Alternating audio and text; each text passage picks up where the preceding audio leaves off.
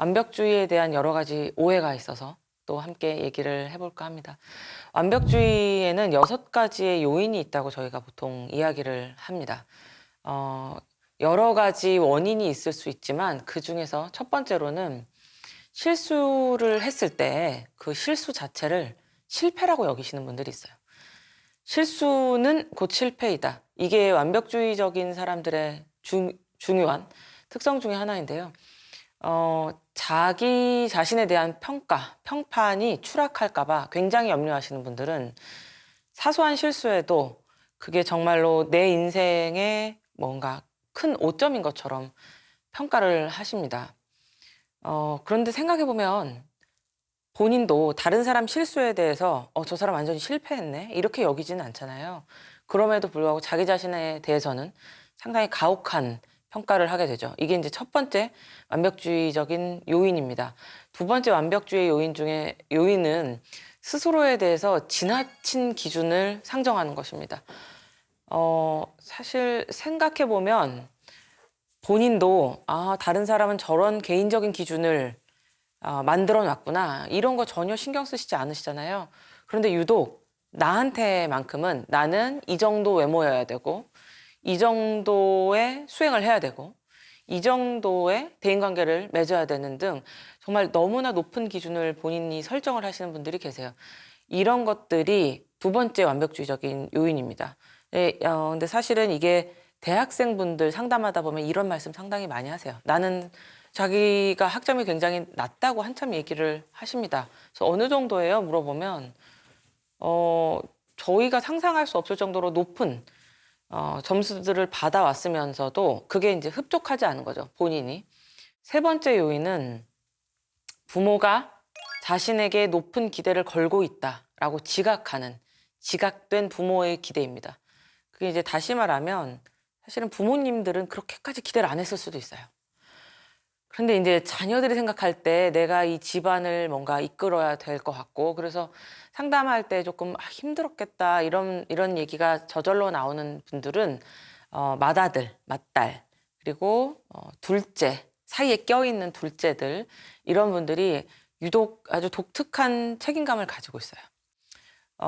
이런 분들에게는 한참 이제 얘기를 나누다 보면 부모의 기대를 내가 생각보다 좀 과잉하게 지각하고 있었다. 이런 얘기들을 하시긴 하십니다. 그때 이제 좀 균열이 생기고 본인의 숨구멍이 좀 트이기도 하고요. 다른 한편으로는 실제로 부모님들께서 정말로 기대를 크게 걸었던 경우도 있어요. 부모님들의 그런 기대에 대해서 네, 그렇구나. 그런 기대를 갖고 계시는구나. 우리 부모님들은. 그런데 뭐 어쩌라는 거지? 약간 이런. 그러니까 약간 거리를 두셔야 돼요. 왜냐면은 그 부모님들의 기대는 부모님들의 역사에 기반한 본인들의 의사결정이에요. 본인들이 생각해놓은 본인들의 궤적이죠. 나와는 어느 정도는 상관이 없는 성인 대 성인으로서 어느 순간 그 분리를 해나가야 될 때가 옵니다. 부모님들이 그런 기대를 설사 나한테 걸었을지라도 사람 되게 잘못 보셨네요. 이렇게 하고 거리를 둘 필요가 있거든요. 네 번째 요인은 부모가 지나치게 자녀에게 비판을 하는 경우예요. 나에 대해서 너무 하나하나 평가하는 태도를 취하는 경우죠. 가정은 최후의 안전기지가 돼야 돼요. 내가 어떤 일을 하고 올지라도 집에 돌아오면 여기가 내 쉴 곳이 맞구나. 이곳만큼은 나를 이해해 주겠지? 이런 생각이 드는 곳이어야 합니다. 근데 그런 안전기지를 내가 제공해 왔는지 부모님이시라면 혹은 나는 그런 안전기지가 어느 한 곳에 있었는지 한 번쯤 생각을 해보셨으면 좋겠어요.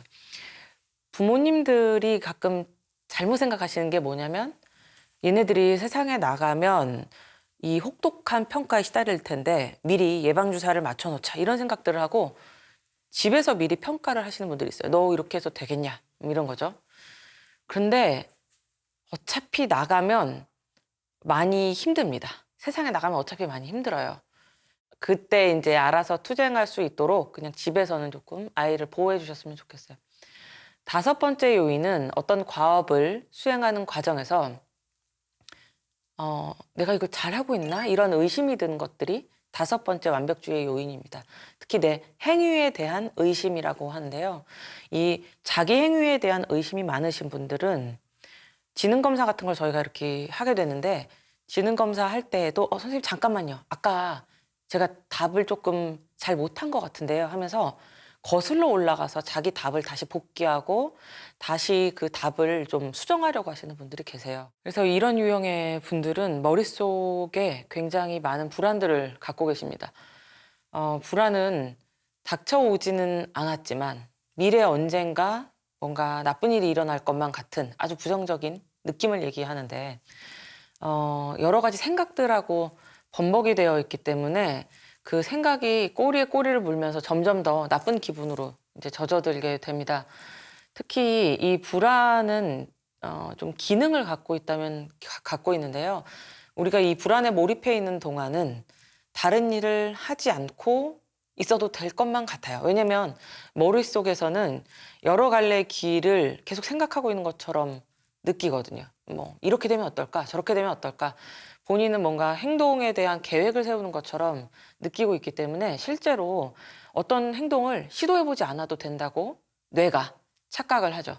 한번 불안에 몰입되면 당장 어떤 일을 하지 않고 당장 그 일의 성패를 내가 알지 않아도 되니까 계속해서 불안을 하면서 계속해서 불안해하면서 그 자리에 머무르게끔 만들어요.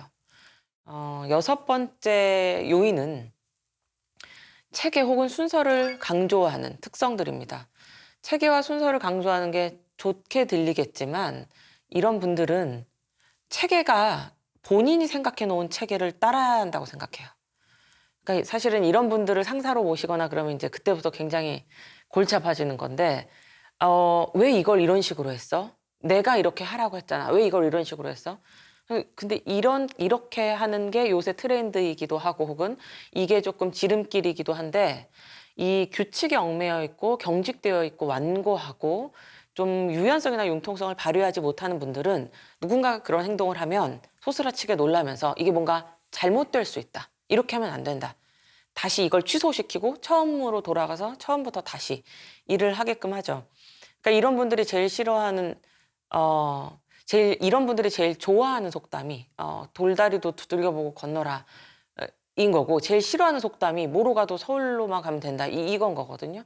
근데 안 두들겨봐도 되는 돌다리들이 있어요. 좀 더 질러갈 수 있는 혹은 더 효율적으로 일할 수 있는 여러 가지 방법들을 잃어버려요. 물론 뭐 본인만 손해를 보면 뭐 본인의 삶이니까 괜찮아요. 문제는 이런 과정을 거치면서 자꾸 평판을 잃으시잖아요. 저 사람은 조금 큰 그림을 볼 수 있는 사람이야. 좀 다른 사람에 비해서 큰 그림을 그릴 수 있고 좀 넓은 곳까지 볼 수 있는 사람이야. 이런 평을 듣는 게 더 중요할 텐데 이 하나하나 사소한 거에 너무 집착하는 과정에서 자기의 평판도 잃을 수 있고 또 다른 기술을 익힐 수 있는 기회를 자꾸 잃게 됩니다. 이런 이야기들을 들으시면서 내가 완벽주의인가? 이런 생각들을 하시는 분들도 계실 겁니다. 근데 잘 구분하셔야 될 것은 나는 완벽주의적이야 이런 이야기를 하는 게 상당히 좋은 변명이 되기는 해요. 그래서 게으르신 분들 중에서 자기를 완벽주의자라고 라벨링 하시는 분들이 계시거든요. 만약에 자기가 생각했을 때 내가 완벽주의자라는 그 이름 뒤에 숨어서 해야 할 일들을 자꾸 좀 지연하고 있었다고 하면 그때는 조금 뼈 아프게 다시 돌아보고 본인의 일상을 다시 정돈할 필요는 있을 것 같습니다.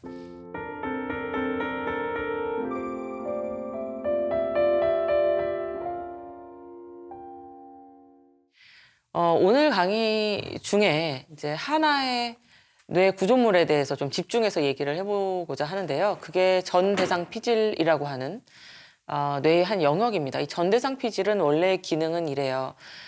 다른 사람의 평판에 약간 민감하게 하고 그리고 실수를 조금 줄이게끔 만드는 영역이기도 하고 감정을 통합하는 영역이기도 합니다. 이 전대상 피질을 그러니까 말하자면 눈치를 보게끔 하는 피질이에요. 영역이에요. 눈치를 본다는 건 굉장히 좋은 사회적인 기술입니다. 거기에 대해서 또 주눅 들어서 뭐 난 사람 눈치 보는 사람이 이렇게 하지 마시고요. 내가 전대상 퀴즈를 참 잘 쓰고 있구나 이렇게 생각하시면 돼요. 그런데 2017년에 한 연구는 일반인들을 대상으로 완벽주의적인 경향성과 관련돼서 아주 특정한 뇌 패턴을 찾아냈는데요. 그게 이제 이 전대상 피질의 부피가 유독 증가되어 있는 사람들이 완벽주의적인 경향성이 높았던 것입니다. 이 완벽주의적인 경향성 중에서도 특히 본인 행위에 대한 의심, 이 부분에 그 부피가 조금 늘어나 계시는 분들은 좀처럼 자기 행동, 자기 의사결정에 대해서 한 번에 딱 결정을 내리고 앞으로 나아가지를 못하고요. 자꾸 의심하세요. 뭔가 뒤를 자꾸 돌아보고 내가 뭔가 실수하지 않았을까? 지나치게 염려하고 다른 사람들의 평가에 대해서 염려하고 문제는 이런 경향성을 갖고 있는 분들은 전대상 피질의 부피가 증가되어 있고 그것 때문에 조금 자기 행위에 대해서 의심하시는 분들은 우울이나 불안 혹은 자꾸 부정적인 감정 경험하는 쪽 이런 쪽으로 자꾸 이완이 되고 있었던 겁니다.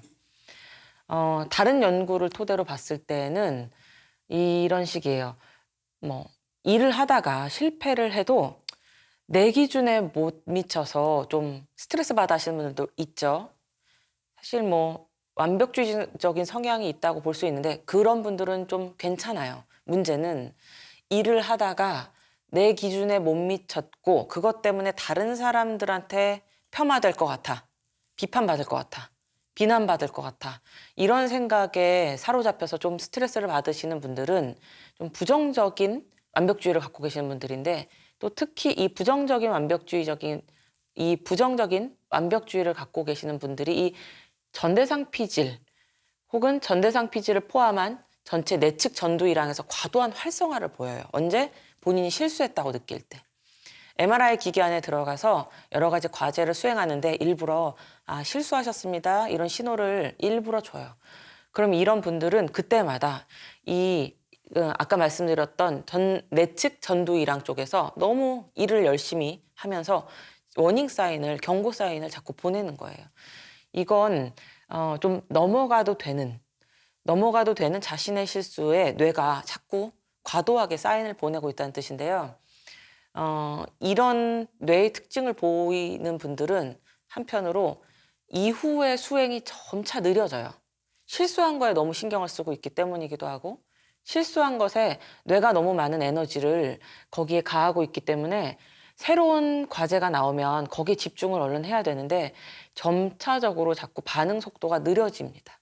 100가지를 다 잘할 수는 없잖아요. 100가지 중에 두세 개 못할 수도 있고 심지어 반을 못할 수도 있어요. 그러면 나머지 반의 그 뇌의 에너지를 한 번쯤은 좀 쏟아주셨으면 좋겠는데 이 함부로 전대상 피질이 여러분들을 좌지우지하게 그렇게 두지 않으셨으면 좋겠어요.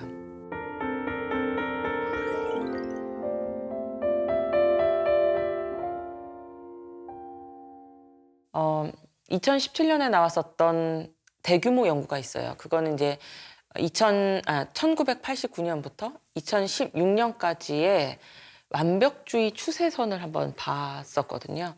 그랬는데 이 전반적으로 그 세대에서 완벽주의적인 경향성이 너무나 높이 올라가고 있었습니다. 이 완벽주의적인 경향성이 높아진다는 것에 대해서 한편으로는 이해가 되실 거고요. 한편으로는 이해가 안 되실 거예요. 왜냐하면 아니 내 애들이 이렇게 게을러 보이는데 완벽주의적인 경향성이 높아진다고? 그런데 또 다른 연구에서 보면 밀레니얼 세대들의 자기 개발에 대한 노력은 그 어느 세대들에 비해서 견줄 바가 못 돼요. 너무나 열심히 살고 있는 분들입니다. 영어 회화 학원 새벽부터 다니고 본인의 건강을 위해서 필라테스, 수영, 요가 학원 다니고 그게 여의치 않으면 집에서도 운동을 하고 집에서도 영어 회화를 계속해서 공부하는 자기 자신의 개발을 위해서 정말 끊임없이 많은 돈과 시간을 투여했었던 세대로 평가되고 있거든요. 근데 이게 건강한 패턴인가 사실 잘 모르겠어요. 정말 자기 자신에 대한 가치를 자기 자신에 대한 기준을 너무 높여오고 있는 건 아닌가 이런 생각은 듭니다. 특히 다른 사람을 의식하는 과정에서 이 완벽주의적인 경향성이 높아질까 봐 그게 상당히 좀 우려되는 부분이 있어요. 끊임없이 자기 자신을 의심하고 내가 이 정도로 안일하게 살아도 되나?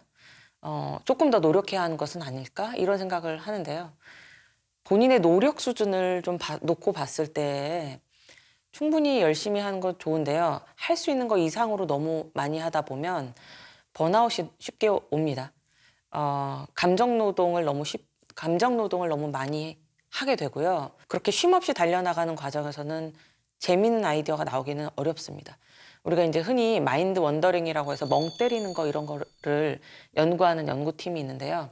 멍 때리는 과정에서 창의적인 아이디어가 상당히 많이 나와요. 조금이라도 아무 자극 없이 좀 자신을 가만히 둬야 되거든요. 그 과정에서 이 본인들이 축적해 놨었던 지식들의 점들이 한순간 이어지는 때가 와요. 그게 굉장히 창의적으로 나를 다른 세계로 이끄는 그 통로가 되는데요. 완벽주의적인 성향을 갖고 있으신 분들은 그 순간순간을 정말 빼곡히 모든 지식들로 채우려고 하다 보니까 본인들의 모든 사고 과정을 거기에다가 100% 투입해서 일을 만들려고 하다 보니까 여유를 주지 않다 보니까 새로운 아이디어는 잘 안 나올 수가 있어요. 그러니까 조금 자기 자신한테 여유를 좀 주셨으면 좋겠고, 다른 한편으로는 나의 결과물들에 대해서 타인의 평가, 타인의 기대에 얼마나 만족시켰는가 좀 덜 신경 쓰셨으면 좋겠습니다. 어차피 남들이 나를 100% 이해할 수는 없어요. 100% 이해받는다고 굳이 생각하지 마시라고 이전에도 말씀드렸잖아요. 그거 너무 헛된 기대이고 자기 위주의 기대일 수 있습니다. 거기에 너무 집착하지 않으셨으면 좋겠고, 사실 근데 저도 어려운 부분이긴 하지만 뭐 매일 노력하고 있고요. 다른 사람한테 100% 인정받으려고 하기보다는 일단 그 사람이 나를 뭘 그렇게 알지? 이런 생각 조금 한 번쯤 해보셨으면 좋겠어요. 그 사람이 하는 그런 비판에 대해서 내 일을 충분히 이해하지 못하고 있구나. 그 정도로 조금 가볍게 넘기셨으면 좋겠고요. 내 불안이 치밀어 오를 때 나의 뇌가 좀 잘못된 길을 가고 있네 하고 그걸 바로잡을 수 있는 사람은 나라는 것 다시 한번 생각해 보셨으면 좋겠습니다. 오늘 마지막으로 드리고 싶은 숙제는 이런 거예요. 내가 해왔었던 일들에 대해서 누가 어떤 이야기를 하건 간에 신경 끄자. 이만하면 됐다. 내가 잘 알고 있다. 완벽은 됐고 그냥 충분히 이 정도로 괜찮다. 나 자신으로 그동안 100% 존재해왔다. 내가 할 수 있는 한. 이제 다음 단계로 넘어가자 하고 그 다음 단계를 모색하는 한숨 돌리는 시간 가져보셨으면 좋겠습니다. 보시면서 제 의상에 대해서 궁금해하실 수도 있으실 텐데 한때는 이제 밝은 옷도 입어보려고 했었는데요. 그게 그렇게 저랑 어울리지 않아서 이 얘기 왜 드리냐면 사실은 그 많은 그 맘카페나 이런 데서 어머니들이 그런 글 올리세요. 이 뭐 아동이 이런 색깔 쓰는데 이런 색깔로 그림을 많이 그리는데 이게 뭐 문제가 있나요? 뭐 검정색을 많이 쓰는데 문제가 있나요? 그냥 검정색을 좋아하는 아동입니다. 거기에 너무 그렇게 의미 부여하지 않으셨으면 좋겠고 제가 이 검은색 옷 입는 것에 대해서 아주 사람이 되게 어둡구나 이렇게 하지 않으셨으면 좋겠습니다. 그냥 저는 그 옷을 여러 벌 사거나 이런 거 별로 좋아하지 않고 몇 벌만 검정색 옷만 이렇게 몇 벌 두고 입는 걸 좋아하는데요. 어느 순간 그 외모에 대해서 신경을 많이 안 쓰기 했어요. 외모에 대해서 신경을 많이 안 쓰기 시작했었던 건 심리학 쪽에서 오래 있다 보니까 그 통찰이 오기는 한 거죠. 내가 다른 사람에게 외모로 그렇게까지 기쁨을 주려고 노력할 필요가 없구나. 그냥 나는 나한테 만족하면 되겠구나 싶어서 그 이후로는 그렇게 큰 노력은 안 하고는 있습니다. 지금은 여기서 화장을 시켜주셨어요. 감사합니다. 자, 일단 몇 가지 또 얘기를 해볼게요. 대다수 한국인들은 만성 피로를 호소하죠. 예, 저를 포함해서. 이 만성 피로 증후군이라는 게 있는데 만성 피로 증후군에 대해서 연구를 또 많이 해봤겠죠. 만성 피로 증후군으로 진단받은 분들을 심리학적으로 다시 연구를 해봤더니 이분들이 실제로 우리 앞서서 얘기했었던 완벽주의적인 자기 비판이 높았던 분들입니다. 완벽주의적인 자기 비판이 있다 보니까 삶이 굉장히 짜증스러워져요. 이게 매우 위험한 수준의 스트레스로 이어지는데요. 그 우울이나 자살 시도로까지 이어지는 거죠. 내가 남들한테 어떻게 비춰질까 하는 염려가 결국에는 이제 몸에도 영향을 미치고 마음에도 영향을 미쳤던 겁니다.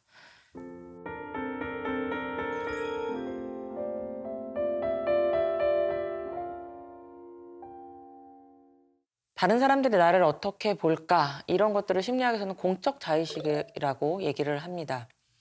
이 공적 자의식은 나에 대한 평가에서만 그치는 게 아니라 감정도 뒤따라오게 되는데요. 이 감정은 보통 자기와 관련이 있기 때문에 자의식 정서라고 얘기를 합니다. 자의식 정서에 익숙한 감정 영역은 수치심, 죄책감, 당혹감, 질투, 자부심 이런 것들이 있어요. 정말 나와 관련된 정서들이겠죠. 다행히 긍정적인 자의식 정서만 경험하면 참 좋으련만 한국 사회는 그렇게 녹록지 않아서 부정적인 자의식 정서를 자꾸 건드리죠. 잠깐 얘기를 드리자면 저와 같은 내향인들은 부정적인 피드백에 더 빨리 움직여요. 칭찬에 덜 반응합니다.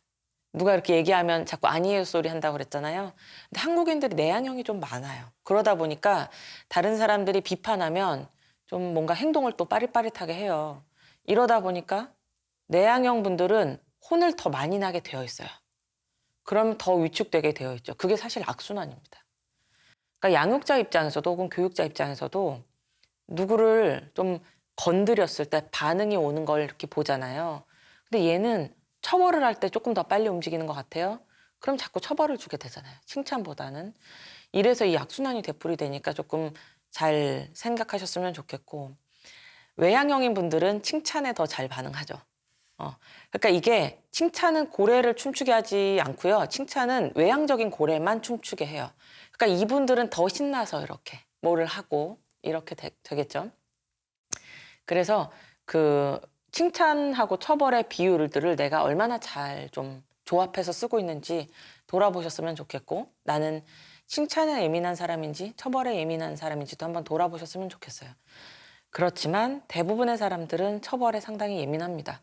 처벌에 쉽게 본인의 공적 자의식을 이렇다 저렇다 판단하시기도 하고, 본인의 부정적인 자의식 정서를 참 잘 촉발시켜요.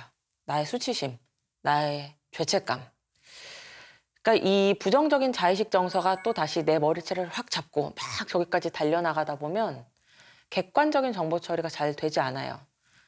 이전에 말씀드렸던 그 아미그달라가 편도체가 일단 열심히 일을 하다 보면 우리의 전두엽이 쉽게 일을 개시를 하지 못합니다. 이때에는 앞서 말씀드렸듯이 몸이 많이 반응해요. 몸이 굳는다던가 벌벌 떨린다던가 손발끝이 차진다던가 토할 것 같은 느낌도 들고 목소리도 잘 안 나오고 편안하게 몸을 가만히 편안하게 쉬도록 두지 못하죠. 그러면 내 몸이 그런 아주 경직된 반응을 하고 있다는 걸 눈치채면 내 마음도 또다시 나 지금 뭔가 잘못되고 있어 이런 파국적인 생각을 하게 됩니다. 그런데 이제 정확히 얘기하면 이런 정서 혹은 신체적인 반응들 이런 것들이 여러분들을 더 힘들게 만든다기보다는 여러분들의 사고가 여러분들을 더 힘들게 하고 있어요. 생각. 거기로 다시 얘기를 집중해 볼게요.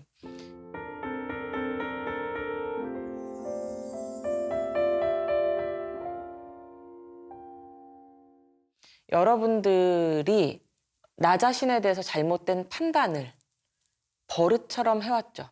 1997년에 완벽주의, 자의식, 불안이라는 제목의 아주 간단한 제목이긴 하지만 핵심을 찔러썼던 연구가 발표됐습니다. 그 연구가 발표된 이후로 유사한 연구들이 계속해서 이 연구 맞아요. 이 결과 맞아요 하면서 확증을 좀 해줬죠. 이 연구는 여러 가지 연구 데이터를 모아봤고요. 이 연구 데이터를 모았던 중에서 저희가 통계적인 분석을 하다 보면 완벽주의적인 그런 생각들, 나의 신념, 내가 생각해놓은 내가 꼭 도달해야만 하는 그 기준들, 다른 사람의 평가에 예민한 특성들 이런 것들을 통계적으로 싹 드러낼 수가 있어요. 없앨 수가 있습니다. 이걸 통계적으로 제거를 하면 그 본인이 생각했었던 수치심, 죄책감 이런 자의식 정서 있잖아요. 그게 있든지 없든지 우울이나 불안으로 덜 가요. 그런 병리적인 임상적인 문제로 덜 갑니다. 일단 정서 수준에서 머무를 수 있어요. 왔다 갈 수 있어요. 수치심 경험하고 내려보낼 수 있고 죄책감 경험했다가 떠나보낼 수 있습니다. 그 정서를 경험하고 있을 때 하필이면 완벽주의적인 성격들, 완벽주의적인 사고들, 너 이래야 돼, 너 저래야 돼, 이런 신념들, 판단들, 너 이렇게 안 하면 이렇게 돼. 이런 완벽주의적인 생각들이 갑자기 거기에 개입이 되면 이게 정서에서만 머무르지 않고 오랫동안 지속되는 우울, 오랫동안 지속되는 불안으로 넘어가게 됩니다. 그래서 저희가 자꾸 그 사고에 대해서 심리치료에서는 집중해서 다루게 되는 거예요. 지금 방금 마음속에서 무슨 생각 스쳐 지나갔어요? 그때 그런 정서 경험을 하고 있을 때 마음속에서 어떤 생각들이 지나갔나요? 이 생각들은 보통 나는 어떠어떠한 사람이야. 이런 식으로 표현이 됩니다. 나는 사랑받지 못할 사람이야. 나는 쓸모없는 사람이야. 내가 이렇게 행동해서 저 사람은 분명히 실망했을 거야. 내가 이거 하나 시험에 실패했던 것만으로 내 인생은 다 망해버린 거야. 이런 거죠. 이런 여러 가지 생각들이 우리 앞서서 다뤘었던 당위적 명제로 흔히 드러납니다. 나는 이랬어야만 해. 저랬어야만 해. 나는 앞으로 이렇게 해야만 해. 이런 슈드, 머스트 명제 이런 것들이 우리를 자꾸 한 프레임 안에 가둬버려요. 거기에서 넘어가면 큰 죄를 저지른 것만 같죠. 특히 한국 사회에서는 불효한 것 같고 내가 우리 가정에서 쓸모없는 사람이 된 것 같고 우리 가족에 내가 도움이 안 되는 사람 같아요. 나는 돈을 못 벌어오는 사람이야. 나는 우리 아이를 따뜻하게 돌보지 못하는 사람이야. 이런 식으로 프로이트식으로 말하면 초자아가 너무 과도해져 있는 윤리적인 아주 이상적인 수준의 자아 이런 것들이 나의 지금을 딱 내려다보는 거죠. 너 지금 굉장히 잘못 살고 있어. 너 지금 굉장히 틀린 길을 가고 있어. 이렇게. 이때 우리의 열등감, 죄책감, 수치심이 자꾸 자극이 됩니다. 민폐 끼치지 않으려고 하고. 그래서 이런 분들이 많이 나는 그냥 이번 생에서는 안 될 것 같아. 이번 생은 조금 다시 정리를 해야 돼 하면서 자살과 관련되어 있는 사고들을 발달시킬 수도 있어요. 싫은 소리 듣지 않으려고 하거나 사회생활에서 실패하지 않으려고 하거나 이런 여러 가지 것들은 사실은 본인 머릿속에 있는 생각에서 비롯됐을 수 있습니다. 그런데 이런 생각 같이 해봤으면 좋겠어요. 정말 있다가 그쵸? 이 프로그램을 다 보고 20분 있다가 30분 있다가 내 생이 거기서 맞춰질 수도 있어요. 그러면 내가 뭘 하고 싶은지 떠올려 봤으면 좋겠어요. 저는 그냥 그 하루에 되게 마지막으로 맛있는 음식을 먹었었으면 좋았을 것 같아요. 혹은 내가 좋아하는 사람한테 사랑한다는 얘기를 해줬으면 좋았을 것 같아요. 제가 의식을 잘 못했는데 전화 끊을 때마다 저희 엄마한테 엄마 사랑해? 아빠한테도 아빠 사랑해? 이런 얘기를 하더라고요. 제가 엄마랑 아빠랑 그렇게 사이가 좋았냐? 그렇게 사이 안 좋았습니다. 저의 그 삶의 그 쓸모에 대해서 참 많이 돌아보게 했었고 그랬었었죠. 그런데 어느 순간 이렇게 부정적인 정서를 굳이 안고 가야 될까? 이런 생각이 들었었어요. 왜냐하면 그 전화 통화가 마지막일 수도 있다는 생각을 계속 했어요. 그런데 제가 아무튼 엄마 사랑해, 아빠 사랑해 이런 얘기를 계속 했었는데 옆에서 그걸 듣고 있던 이모가 저희 엄마한테 그랬나 봐요. 쟤는 왜 저렇게 사랑한다는 얘기를 많이 해? 그때 이제 한번 생각해 봤었던 거예요. 저도 이제 몰랐었던 그 습관을. 그랬더니 이제 되돌아보니까 그랬던 거였죠. 이게 마지막 통화일 수도 있는데 마지막 보는 모습이었을 수도 있는데 사랑한다는 얘기를 마지막으로 남기고 싶었던 것 같아요. 그러니까 이 긍정적인 정서 경험을 누군가와 나누고 혹은 긍정적인 정서 경험을 나 혼자 하는 혼자 너무 나 혼자 하면 안 되겠지만 어쨌든 그 긍정적인 정서 경험을 하는 게 상당히 순간순간 중요하다는 생각을 어느 순간 했습니다. 그래서 드리고 싶은 말씀은 이런 거예요. 매일을 이렇게까지 애쓰면서 살지 않았으면 좋겠어요. 이렇게 부정적인 정서 경험에 압도되어서 하루하루를 너무 절박하게 살지 않았으면 좋겠어요.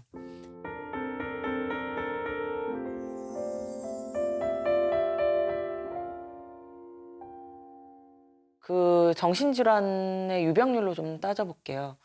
그 100명 중에 한 명이 조현병, 우리가 이전에 정신분열병이라고 이름 붙였었던 거죠. 100명 중에 한 명이 조현병, 100명 중에 2명이 조울병, 100명 중에 10명 정도가 우울, 100명 중에 10명 정도에서 20명 정도가 불안 및 강박장애. 성격장애는 10종류인데요. 성격장애 하나당 100명에서 2명에서 6명 정도예요. 자폐 스펙트럼 장애가 54명 중에 1명입니다. 이렇게 따져보면 내가 지금까지 정신질환을 진단을 받지 않았다? 어마어마한 아주 거대한 운을 가지고 있었던 거예요. 혹은 정신질환을 진단받았다?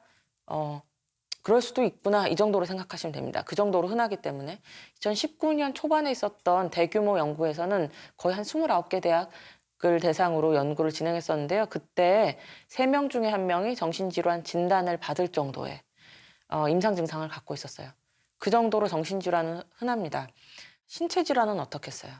만성적인 신체 질환, 치료를 평생 해야 되는, 평생 약을 먹어야 되는 신체 질환을 갖고 있는 분들까지 합쳐보면 정말 많은 분들이 각자의 고통을, 각자의 삶을 살아오고 계셨어요. 내가 진단을 안 받았다? 그건 거대한 운에 잘 살아왔었던 또 삶이었을 거고요. 그 삶의 순간들을 생각을 해보면 오늘 5분 정도는 좀 기뻐했으면 좋겠어요. 오늘 10분 정도는 감사했으면 좋겠어요. 일에 실패했다, 대인관계에 실패했다, 양육에 실패했다, 투자에 실패했다. 그게 우리의 가치를 낮추나요? 절대 그렇지 않습니다. 그게 어떻게 우리의 가치를 감히 함부로 낮출 수 있겠어요? 나는 내가 할 수 있는 한 내 최선을 다했잖아요. 내 운이, 내 유전적인 조합이 나를 지금에 있게 했고, 그러니까 이런 겁니다. 지금 이 프로그램을 보고 듣고 계시는 분들은 눈치채지 못하셨겠지만 정말 큰 운이 있어서 이 프로그램을 사실 보고 계시는 거예요. 이런 교육 프로그램을 보고자 하는 동기와 이 교육 프로그램을 이해할 수 있는 인지적인 자원, 이런 것들은 유전적인 조합이 우연히 가능했기 때문입니다. 그래서 내 운에 감사하고, 한편으로는 뭔가 기울어진 운동장이 있나? 내가 그걸 조금 기여할 수 있는 부분이 있나? 이런 것들을 좀 찾아보셨으면 좋겠어요. 그렇지만 그에 앞서서 일단 내가 행복해지는 게 중요합니다. 내가 행복해져야 다른 사람이 어떻게 하면 행복해질 수 있는지 알게 될 테니까요. 그래서 선생님들을 가장 순진하고 가장 기쁘게 만드는 그런 행복의 목록들을 찾아보셨으면 좋겠어요. 혼자 뭔가 영화를 보는 거, 나만의 글을 쓰는 거, 맛있는 커피를 찾아 나서는 것, 맛있는 맥주를 찾아 나서는 것, 가만히 있어도 그냥 편안한 사람을 찾는 것, 시시덕거리는 농담을 다른 사람하고 나누는 것, 지나가는 사람 가만히 관찰하고 있는 것, 그 어떤 완벽주의도 개입할 여지를 주지 마세요. 내가 커피를 마실 때 완벽한 커피를 마실 필요도 없고요. 완벽한 영화를 볼 필요도 없어요. 나한테 행복감을 주는 영화였으면 좋겠습니다. 우리는 앞으로도 계속해서 실패할 거예요. 느닷없이 5분 후에, 10분 후에 우리 집의 문을 열고 불행이 닥쳐올 수도 있어요. 그러나 그때마다 나의 완벽주의적인 세계가 흐트러졌다고 슬퍼하거나 불안해하거나 그러지 않으셨으면 좋겠어요. 그냥 그 순간에 할 수 있는 대처를 최대한으로 해냈으면 좋겠습니다. 100% 완벽해질 필요도 없고 나의 가치를 입증하기 위해서 다른 사람들 눈에 띄도록 뭔가를 굳이 해낼 필요도 없어요. 그게 내 가치를 절대로 훼손할 수 없습니다. 나는 그냥 내 있는 존재로 그냥 괜찮아요. 그래서 오늘 숙제는 이런 겁니다. 당신이 당신으로서 충분히 행복하고 충분히 기뻐할 수 있었던 그 목록들을 좀 적어보셨으면 좋겠어요. 그래서 오늘만큼은 한 2~5시간 정도 짬을 내서 거기에 나의 모든 마음과 나의 신체를 다 집중하고 내가 얼마나 행복감을 느낄 수 있는지, 그리고 이게 얼마나 큰 운에 기반했는지, 이게 얼마나 거대한 행운이었는지 새삼스럽게 돌아보셨으면 좋겠습니다. 매일의 불안과 매일의 허무와 매일의 비참함을 끊임없이 이겨낼 수 있는 힘은 그냥 이런 기쁨에서 나올 거예요. 매일 비참해도 매일 기쁠 수 있습니다. 네. 오늘은 여기까지 하겠습니다. 감사합니다.